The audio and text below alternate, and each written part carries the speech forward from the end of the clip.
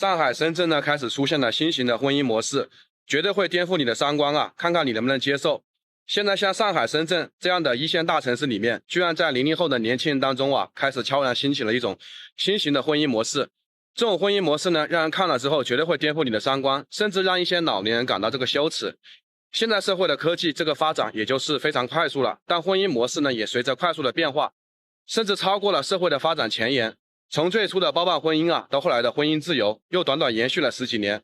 可现在竟然又在大城市里面新兴起了一种新型的潮流，反而是00后推送出来一种新型的婚姻模式。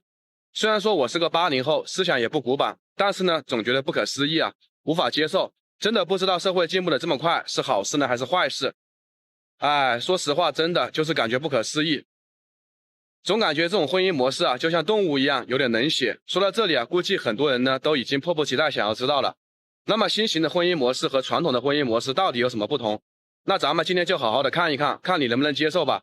特别是第4条，感觉像不像动物？第一呢，就是结婚不需要彩礼，更不需要嫁妆。那么现在年轻人生活压力大，都懂得父母的不容易，结了婚了都能要到老两口的半条命。所以说推出来这种谁也不跟谁添麻烦。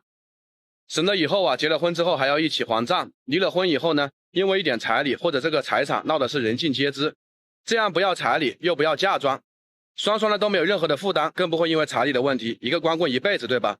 一个剩女一辈子，对不对？就彩礼这个事情啊，特别在农村，就跟卖姑娘似的，动不动要个10几几十万，所以呢，造成了很多人不敢去农村娶这个姑娘结婚。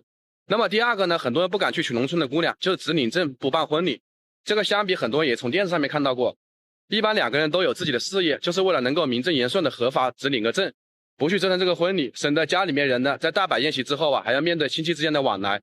最可怕的是到时候还要催着你生孩子，对不对？这第3个就是车子房子各出一半，这个情况一般来说都是婚前协商好的，根本不需要担心以后离了婚以后财产分割的这个问题啊。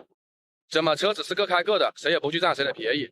特别在大城市里面，房价又那么高，一个人想要出1000万的资金的话是很难的，对不对？2个人的话反而更容易凑。那么第4个就是生活开支，养孩子。说到这里，真的感觉这个模式太冰冷了。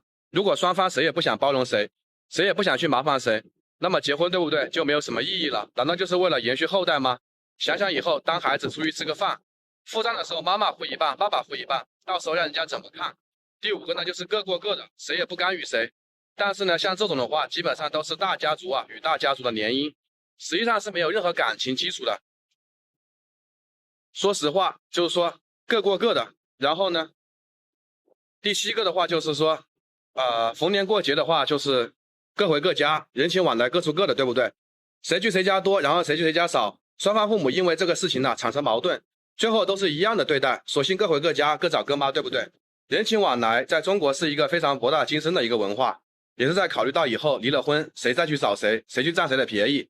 那么这样考虑到周全以后啊，所以说啊，离了婚谁也去占谁的便宜的说法就不存在了，对不对？那么以上这5点、6点、7点的话，婚姻模式大家是怎么看的呢？大家可以在评论区给我留言。好了，本期视频呢我们就分享到这。